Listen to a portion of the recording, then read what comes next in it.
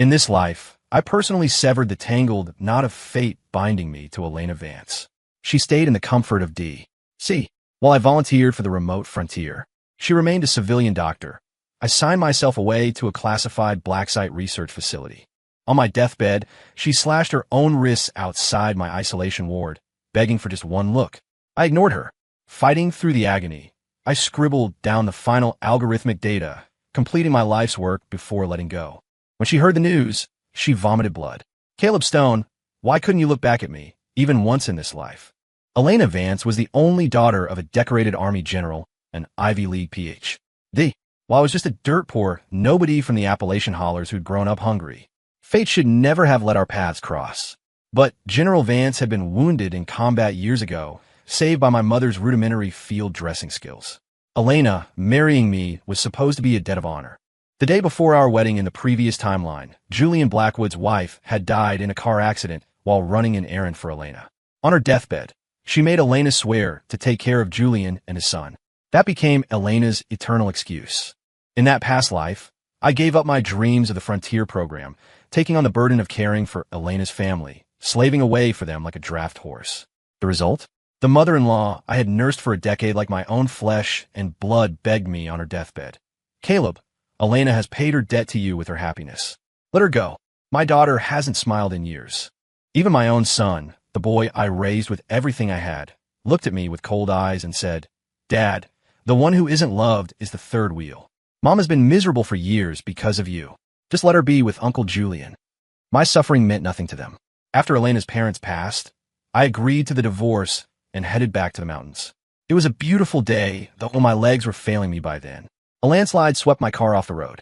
Buried under tons of earth, my pathetic life ended. When I opened my eyes again, I was back to the day the general's men came to collect me. "Mr. Stone, your father passed away 3 days ago. He dedicated his entire existence to this country. We are grateful for his sacrifice. We are here to fulfill his final wish. He entrusted you to General Vance, hoping the general would look after you for old time's sake. Mr. Stone, can you hear us? Please pack your things. You're coming to the Vance estate." I blinked, my eyes focusing on the 3 officers in dress blues and the black government SUV parked outside our shack. "Mr. Stone, the mission is still classified. Please forgive us, but we cannot publicly announce your father's heroism, nor can we bring back his remains. Please pack your bag." A small, heavy box was pressed into my hands. The 3 officers couldn't bear to look at me. A man leaves whole and healthy, bears the stigma of abandoning his wife and child for years, and comes back as nothing but a small, square box. Not even ashes, just an empty vessel for a flag. I closed my eyes, my body trembling uncontrollably. It was like fate's cruel script. 10 days ago, my mother succumbed to old injuries. Shortly after she passed, my father followed. I was left entirely alone, a piece of driftwood in a storm. I packed my meager belongings and hurried into the SUV, clutching that small box to my chest. Inside was $50 in cash and a stack of government bonds. I didn't know if it was what my father had saved or the government's compensation. In my past life, I resented him. I blamed him for choosing the country over our family. But in this life, I would follow in his footsteps without hesitation. When General Vance learned I didn't want the marriage and instead wanted to apply for the Frontier Defense Initiative in Alaska, he gave me a strange look. When my mother was alive, she often spoke of the debt the general owed her, insisting Elena was destined to be my wife. The whole military district, even my home village, knew of the arrangement. Previously, I had played the part of the devoted fiancé to please her. But when the wedding loomed, I backed out. "Are you sure? Caleb, I know Elena can be willful, but you two have known each other for years. There's a foundation there," General Vance said, looking through me to the ghosts of my parents. "Besides, this was your parents' wish. They wanted you to marry, have children, and live a peaceful life." He couldn't bear to see me step into danger. My father had served under him. My mother had saved him from a burning Humvee. Our fates were tangled. I smiled. "Thank you, General, but my mind is made up. The selection exams are coming up. My target is Alaska. It was the only hope I had in this life." The general remained silent for a long time, but couldn't sway me. "Fine, we'll discuss canceling the engagement after you pass the exams. Until then, stay at the estate. Try to get along with Elena." I stumbled as I walked out of his study. I remember the first time I saw Elena Vance. She had come to our village on a medical volunteer trip. Beautiful kind. She stole my heart with a glance. Giving her up felt like carving out a piece of my own flesh. And my unborn son, he looked like her, handsome, but in my past life, he hated me. He said he wished he'd never been born rather than be my son. They all resented me. If that was the case, I would let go with dignity. 2 weeks. Just 2 weeks until the exams, and I would be gone. I walked into the guest room prepared for me and took out my textbooks. Why are you in my house? Elena walked in, bathed in the evening light. She was wearing a stunning designer dress, her hair perfectly curled, her face flushed as if she'd been running. Behind her stood Julian Blackwood in a crisp uniform. I clearly saw the brand new luxury watch on his wrist, a gift from Elena. A watch I had admired in shop windows for months, saving pennies hoping to buy it one day. The general sent people to pick me up. I said quietly, my hand tightening on my sleeve. Last night, on the phone, I had begged Elena to come with him to get me. She had replied impatiently, I have things to do tomorrow. You know how many cases are waiting for me at the hospital? My time is literally human lives. She wouldn't accompany me to my father's memorial, but she had time to go shopping with Julian. Couldn't you have come by yourself? Elena muttered, then happily grabbed Julian's arm. Julian, come see the gift I got for Leo in my room. Otherwise, he'll keep complaining that I don't care about him. We probably shouldn't. Shouldn't you spend time with Caleb? Julian made a show of awkwardly pulling his arm back, but Elena held on tight. What's the point of spending time with him? Ever since his mom saved my dad, he's been at our house constantly. The whole family has thick skin. She waved her hand dismissively, unable to hide her excitement. I knew that look. It was reserved for Julian and his son. It's a custom-made toy car I ordered for Leo. Elena's room was just one wall away from mine. The general arranged it this way to foster intimacy, but I just felt humiliated. At dinner time, Elena knocked on my door, sounding annoyed. Come down to eat, and watch what you say. She warned me not to talk too much in front of her father.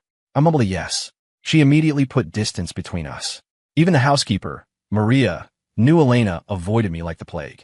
Julian is here, too. Mrs. Vance, who had been sitting listlessly, lit up. She practically shoved Julian into a seat. The dining table had 5 spots. With the housekeeper, there was no room for me. Oh, I'm so sorry, Caleb. I wasn't thinking. Maybe you can sit over there. Mrs. Vance feigned realization, gesturing to a stool. Look at my memory. You're the guest. How could I let Julian take your seat? You don't blame me, do you? In the last life, she treated me with the same passive-aggressive disdain. Back then, I didn't understand why she preferred a widower with a child over me. Now I saw it clearly. I was a hillbilly. I had no capital to claim a high society flower like Elena Vance. It's fine, Mrs. Vance. I'm not hungry. I was going to go for a walk anyway. I grabbed a book to hide my embarrassment. The general coughed, mumbling something I couldn't hear. Not long after, the black SUV pulled up beside me as I walked down the driveway. It was Elena. She looked utterly impatient, disgust evident in her eyes. Caleb Stone, it was just a seat. Why give my mother attitude? We feed you, house you, and treat you well, and this is how you act? Get in the car. Do I have to wait until my father yells at me before you're happy? Get in, Caleb, Julian said from the back seat, playing the peacemaker perfectly. Elena is just stressed because the general scolded her. Don't hold it against her. Let's go to the diner in town, Elena said stiffly, noticing my silence. She offered a dry explanation. I wasn't lying about being busy. Julian's best friend was deployed on a suicide mission today. It hit him hard. I promised his late wife I'd take care of him. I owe him that. She thought Julian needed comforting for a friend's deployment. She forgot that I had lost both parents in the span of 10 days. Last night, having just learned of my father's death, I had begged her to stay on the phone with me. I didn't want to be alone, didn't want to look out at a city of a million lights, knowing not a single one burned for me. But Elena hadn't even listened. She hung up impatiently. In my past life, it was the same. She claimed there was nothing between her and Julian, yet time and again she abandoned me when I was sick or grieving. She said that coming from a military family, she would never betray her vows. So she danced on the line of betrayal, using gratitude as a shield to get close to Julian. Even when we had our own child, my son had to bow his head to Leo Blackwood. Half our income went to subsidize Julian's household. I had endured too much. I was tired. In the past, every "it's okay" drained my soul. Now I said it calmly. It's okay. Julian's wife died for you. You should do this. I smiled to ease the tension in the car. Elena let out a long breath. When we arrived at the diner, she awkwardly tried to be nice. Order whatever you want. Don't go telling my dad I'm starving you. Julian listed off a bunch of expensive appetizers. I sat down quietly, but the food had barely hit the table when Julian suddenly slapped the table and stood up. Damn it. I forgot I have a meeting with a contact. Elena, you guys eat. I need to go. He feigned a retreat. Elena looked at me. Julian, the food is here. Eat first, then go, okay? It was the first time she had ever seemingly prioritized our dinner. Julian looked anxiously toward the door. It's fine, Elena. I'll handle it. Even though we agreed to do this dinner together, he didn't want to go alone. I'd seen this play 1,000 times. It was all to provoke me. A few words, and he would not only get Elena's defense, but also enjoy my humiliation. And every time, Elena fell for it. I'll drive you. You stay here. And wait for me, she said to me. This time was no exception. Elena grabbed her keys and chased after him. The large diner booth was left with just me and a table full of cooling food. The last time I was abandoned like this was on a rainy night. It was my birthday. The general had specifically asked Elena to bring me to dinner at the officers' club to introduce us as a couple. Just as the appetizers arrived, Julian called. Leo had a fever. No matter that the general yelled or that there were other doctors, Elena left. I became the laughingstock of the base. The officers' wives comforted me to my face, but whispered behind my back that a hillbilly like me should have known better than to reach for a Vance. That night, I went home in despair, only to find the telegram about my mother's death. I heard she had died, trying to walk to town to get medicine, hoping to call me for my birthday. In my past life, I naively thought Elena would stand by me through that tragedy. I learned later that Julian was her childhood crush. His wife's death was her opportunity. Why would she waste time on me?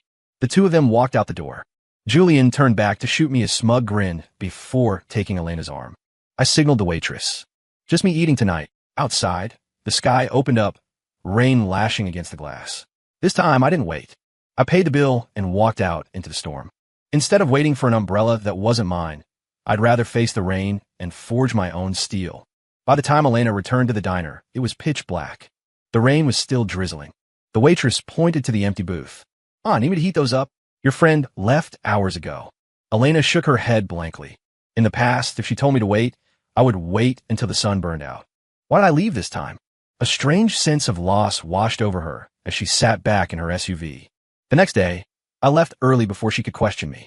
My childhood friend, Buck, was waiting for me at the edge of the estate grounds with a bag of biscuits from back home. I smiled and hugged him. Just you. Where's the fiancé? Buck asked, looking behind me. His face fell. Caleb, give it to me straight. Are the Van Cess treating you bad? I heard from the sheriff you're taking the exams for that Alaska project. Why go so far? Are you running away? Yeah, Caleb. You tell us. We're your brothers. Your folks are gone, but you got us, another friend added, eyes red. I patted their chests. Stop overthinking it. Take me to the sheriff. The sheriff, a mesmerizingly old man who ran our town, usually had a soft spot for me. But when I told him my plan, his face hardened. Boy, what kind of nonsense is this? I'm not saying don't take the exams, but stay in D.C. Why Alaska? Do you know how dangerous that black site work is? You're the only seed your parents left. If you die, how do I face them in the afterlife? No, I forbid it. Smoke puffed from his pipe. I dropped on my knees. Heavy. Please, Sheriff. Let me go. I want to serve the country. I want to finish the road my father started. I have no heart for marriage. Please. My forehead hit the floorboards with a thud. My friends knelt beside me. They didn't want me to go, but they saw my resolve. Fine, fine. The smoke dissipated. The sheriff's hand shook as he patted my head. You're stubborn as a mule, just like your daddy. I stood up and took out half the bonds from a box. A gift for the town that raised me. He refused. As we pushed the money back and forth, Mrs. Vance called the station phone. Caleb, Julian and Leo are coming over today. Why are you running around? You have too much free time. I did have free time. A year ago, I had been accepted into Georgetown Medical. It should have been a celebration. But Elena had an accident during a surgery. A patient died because she hesitated. The hospital cleared her, but she was traumatized. She refused to operate, refused to leave the house. I couldn't bear to see her like that. I offered myself as a practice dummy. For a year, I gave up my studies to be her patient. Sutures, injections, rehab. I let her practice on me until I had no unscarred skin left. Now, thinking back, it was laughable. No one remembered my sacrifice. Before leaving the sheriff's office, I unclasped the pocket watch from my chest and handed it to Buck. It was a gift from Elena when I turned 18. The only gift she ever gave me. Caleb, what are you doing? Buck backed away, eyeing the expensive silver watch. That's your favorite thing. I can't take that. I forced it into his hand, swallowing the lump in my throat. I don't want it anymore. It's yours. You always liked it. Unless you're too good for secondhand goods. I forced a smile. Buck scratched his head and took it. He loved the gift. I loved the feeling of being free. No attachments, no disappointments. I returned to the Vance estate exhausted. Elena was standing at the door. The smell of a feast wafted out. I rolled up my sleeves to help, but she grabbed my hand. Why didn't you wait for me yesterday? The house doesn't need your help. You're a guest, not a servant. Go sit, she said stiffly. I pulled my wrist back. I knew you were busy. I came back on my own. Elena closed her mouth. She wanted to ask where I went if I got wet in the rain. But the words dissolved as Julian's car pulled up. Maria, let me help you with that. Julian walked into the kitchen like he owned the place, taking a hot dish from the housekeeper. They chatted like old friends. Mrs. Vance rushed over, snatching the hot plate and shoving it into my hands. Julian, you have soft hands. You shouldn't be doing rough work. Let Caleb do it. The heat seared my palms. I almost dropped it, but held on. It was 10 steps to the table. By the time I set it down, a massive blister had formed on my palm. To Mrs. Vance, I was born for labor. Julian was too precious to be hurt. Grandma, I want my present. Leo's shouting filled the room. I stood aside like an intruder until Elena noticed and pulled me over. Dinner time. I had Maria at a chair. Sit next to me. I stared at her gentle smile for a second before Leo kicked me in the shin. Go away. You're always bothering my mom. This is my spot. He pouted, not caring about my dignity. Mrs. Vance laughed and patted his head, telling me not to hold a grudge against a child. Elena was just as mischievous when she was little, especially those years she studied abroad. Gave me such a headache. Mrs. Vance chuckled. With that opening, Julian launched into a story. It unlocked the floodgates of their shared past. Walking by the Seine in Paris, listening to avant-garde lectures, making promises under foreign stars. In Julian's eyes, that was a history I could never touch, a fortress I couldn't breach. I was just a hillbilly who couldn't understand their snippets of French or their refined romance. Perhaps everyone at the table thought so. No one knew that I had taught myself French and German to read advanced medical journals back in high school. I wasn't stupid. I was just poor. But I had no interest in competing for affection with parlor tricks. As dinner ended, I stood to clear the plates. Elena naturally put her hand over mine to stop me, but her eyes were locked on Julian. I couldn't read her expression fully, but the admiration and affection were unmistakable. It was impressive how she could multitask, loving him while pitying me. Let Maria do it. You have your exams coming up. Study hard, she said. The concern I had once desperate craved now felt like bile in my throat. I gagged, covering my mouth, and rushed back to my room. Elena seemed like she wanted to follow, but her mother said something, and the living room fell silent. That night, unable to sleep, I went to the courtyard for some air. I overheard Mrs. Vance's voice drifting through the window. Elena won't admit it, but anyone with eyes can see she loves Julian. Can you really bear to watch your daughter jump into fire? Mrs. Vance sounded tearful. General, I'm not saying Caleb is a bad kid, but gratitude is one thing. Do we have to sacrifice Elena's entire life for it? The general sighed. Just wait a little longer. Go to sleep. The house went dark. I looked up at the sky. I wondered if my parents could see this. Sometimes, taking the hard road isn't wrong. I just didn't want this marriage to end in tragedy for everyone again. Mom, Dad, you understand, right? A tear slid down my cheek. That night, I dreamed of the past life again. This time, the memories sharpened. The humiliation, the servitude. I woke up with absolute clarity. The dream was over. Elena was sitting in my room when I opened my eyes. I looked at her in surprise. She pointed to the window. Dad said I should take you out. You've been here so long and haven't seen the city, she said. Julian is off today, and my parents are watching Leo. So, the three of us are going out. She ripped the curtains open. I blinked against the harsh sunlight. Get ready. Before we left, Leo hugged both of them around the neck. Daddy, Mommy, go have a nice date. I can take care of myself.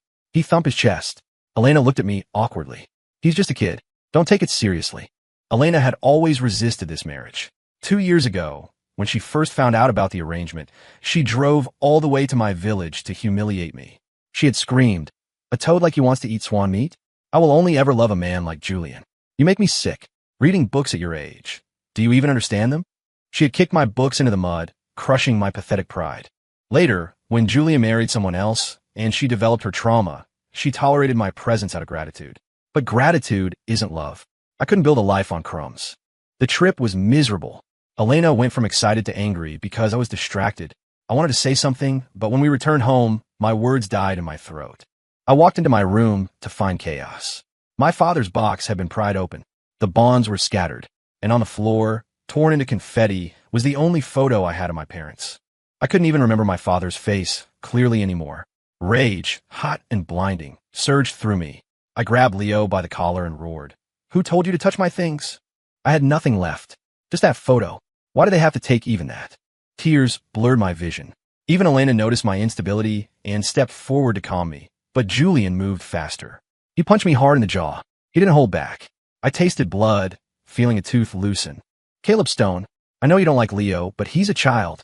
How dare you put your hands on him?" I ignored the pain and looked at the bewildered Elena. "Do you think that too?" That was the only photo of my parents I had left. "Elena, I have nothing. I never expected her love. But in this grand, noble house, was I not even allowed a shred of dignity?" "That's not." Elena started to explain, but I turned and walked away without looking back. After that, my relationship with the Vances hit absolute zero. I slept there, but spent my days at the university lab helping my professor. It was good prep for the exam. Mrs. Vance was delighted I stopped pestering her daughter. Elena, however, acted strangely. She kept coming to my room, trying to corner me. She even cooked for me. It was baffling. When I saw the sweet and sour pork ribs, my favorite, a dish too heavy for the Vance's bland palate, I saw a strange light in her eyes. Elena protected her surgeon's hands like treasures. She rarely cooked, even for Julian. "You don't have to do this," I said, putting a rib in my mouth. "It was actually good. You're my fiancé. I should care about you," she said, eyes shimmering with tears. "Caleb, Julian is deploying soon. You don't have to be so distant. I told Mom to start planning our engagement party. Do you want to go for a walk?" I clenched my fist, laughing internally at the flicker of hope in my chest. 2 lifetimes, and she could still pluck my heartstrings so easily. "I can't. I have things to do tomorrow." I closed the door and pressed my hand against my racing heart, killing any lingering delusion. Surprisingly, the next day, as I went to the exam, Mrs. Vance started buying furniture, just as Elena said. New, stylish pieces. I shook my head. Marriage is easy. She could marry anyone. Julian was a great choice. The exam center was packed. I nodded to my old professor and walked in. Thousands had applied for the Frontier Defense Initiative, but I emerged as number 1. Top scores in theory and practicals. The sheriff, who had come to support me, sighed, unable to argue with the results. Even my professor teared up. The road ahead was dangerous. They wanted me to stay in D.C., marry, and be safe. But the country needed me. "Thank you, Professor. Thank you, Sheriff." I bowed deeply to them, took my acceptance papers, and returned to the Vance estate. The general seemed to already know. He brushed dust off my shoulder. "Let's talk in the study. First, congratulations. First place. I'm proud of you, and your father would be too. But are you sure? Elena has been softening lately. If you want, I can." "No need, General. Thank you. This is the path I chose. The situation is critical. I leave tonight." I had just finished packing when Elena returned. She looked radiant, holding paper cuttings of the double happiness symbol. "Maria, look. I cut these myself. Are they good? I'm going to surprise Caleb with the engagement news." It was the first time I saw genuine joy on her face for me. I gripped my duffel bag, repeating my mantra. Don't look. Don't think. Don't want. "Where are you going?" She caught my gaze, staring intensely at my bag. Before I could answer, the phone rang. A few minutes later, she looked at me awkwardly. "Caleb, wait here for me. Julian has to leave for his mission. He can't take Leo. I have to go pick up the boy. Don't worry, Mom will watch him. You don't have to do anything." She rushed out as quickly as she came. I watched her reflection disappear, smiling bitterly. For a split second just now, I had thought, maybe a life with her wouldn't be so bad. I was too greedy. I walked out of the Vance estate. A black government jeep waited. The ride to the airfield. From this moment on, Elena Vance and I would never meet again. That night, Elena faced an empty room and grumbled a bit. But Leo was throwing a tantrum, so she assumed I had just gone home for a few days because I was sulking. But that night, she had a dream. In the dream, I begged for the marriage like a dog. I succeeded. We had a son named Little Treasure. But the Elena in the dream was monstrous. She siphoned our money to Julian's family. She took Little Treasure's food and gave it to Leo. In the dream, I cried and asked her if she even wanted our child. She called Little Treasure a bastard.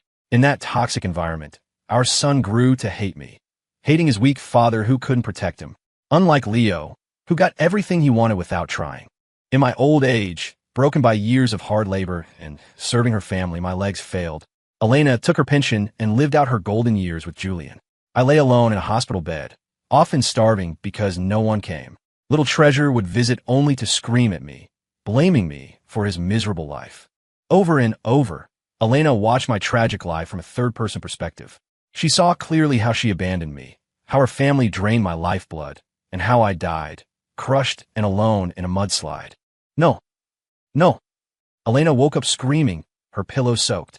She had a terrifying intuition. That wasn't a dream. That was history. But why? Why was she so evil in that life? Caleb, Caleb. She ran barefoot into my room. Leo was sleeping in my bed. Why are you here? Where is Caleb? It shouldn't be like this. The flood of memories gave her a splitting headache. She had only one thought. I need to see him. Where is he? Where is Caleb? What is all this noise? The general appeared, rubbing his temples wearily. Seeing his daughter's hysteria, he sighed. You saw it yesterday. Caleb is gone. He won't marry you.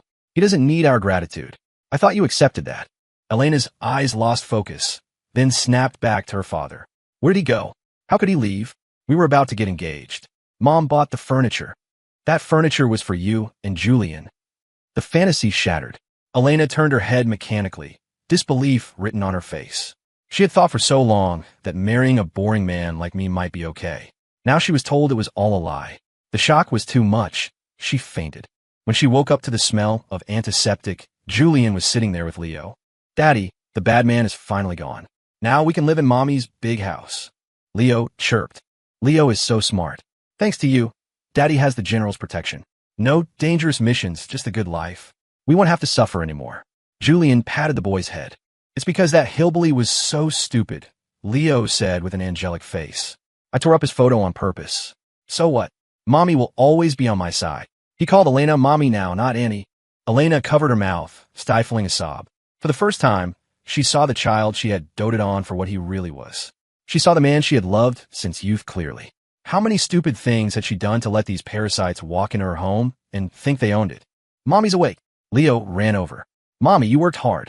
When I grow up, I'll take care of you. Julian smiled and reached for her face. She dodged him violently. He froze. After finally getting rid of me, he thought he had won. Seeing her reaction, he panicked. Elena, what's wrong? I know Caleb left. Don't worry. I'll take care of you, just like you took care of us. He made a solemn vow. Elena wept. These were the people she had cherished, and they were rotten to the core. Julian Blackwood, take your son and get out. I'll ask my father to find you a desk job somewhere far away. I owe you nothing anymore. Her tears soaked the pillow. Leo stomped his foot. Mommy, did the hillbilly say bad things about me? Don't you want Leo anymore? His crying was deafening. Elena looked at him with detached irony. You used this routine to make me soft before. Just like the photo. I always said you were just a child, but you have more schemes than an adult. I'm not your mother. Julian, take him and go, or I will make this ugly. For years, Julian had used every excuse to dodge deployment. Leo was too small, the house needed him. But who didn't have family? She had been blinded by love, aiding a coward and hurting a good man. What are you saying? Mrs. Vance walked in. She wanted to defend Julian. He was better than a poor hillbilly, after all. Mom, you treated Julian like a king and Caleb like trash all these years. Have you forgotten? Without Caleb's mother, Dad will be dead. You despised him for being poor, but without his family sacrifice, we wouldn't even exist. Elena felt despair. If they were this brazen in front of her, what had they done to me behind her back? Get out, all of you. She used her influence to have Julian transferred to a remote post in the Midwest, then began her long search for me. But my project was top secret. She looked for 3 years. Life at the frontier was hard, but satisfying. The research consumed me day and night. Knowing I was contributing to national security filled me with peace. Unexpectedly, she actually found the facility. 3 years later, I don't know how she got clearance or found the location, but I was calm. When we passed each other in the hallway, I felt nothing. Caleb, a colleague, noticed my reaction and nudged me. I shook my head. For the first time, I realized that climbing high was the best defense. Only by ascending could I stop her harassment.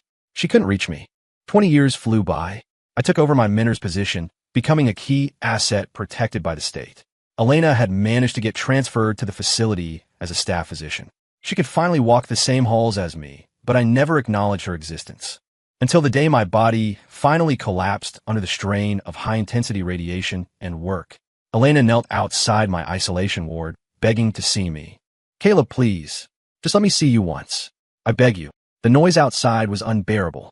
I frowned, gripping my pen. Tell them to be quiet. It was the premonition of death. I was dying, but I had one last set of data to verify. I couldn't leave it unfinished. Separated by a wall of glass and steel, Elena took a scalpel and slashed her wrist, cut after cut. Let me see him. Dr. Vance, stop. He's doing his final work. Everyone was weeping, but in my mind, there were only cascading numbers. When I wrote the final digit, I gasped for air, lying back on the sterile bed. I reviewed my life and closed my eyes with satisfaction. This time, the oncology protocols I developed would save millions. Those suffering in pain would have a chance to live. Caleb Stone. In my final moments, I saw Elena, her hands covered in blood, pressed against the glass. I saw my colleagues, my comrades in arms. It was a good day to die. The sun outside the facility was blindingly bright. I felt warm. The flag flying at half-mast in the courtyard was the red of my blood, the anchor of my faith. This time, I didn't shame my parents. The Stone family paid its debts to the country in full. On the other side of the world, a woman with graying hair wept on my grave. I heard her whisper through the veil of death. Caleb Stone, why couldn't you look back at me, even once in this life? Her voice was so hoarse, she could no longer cry. Indeed, in this life, the person waiting at the end was not me. Story complete.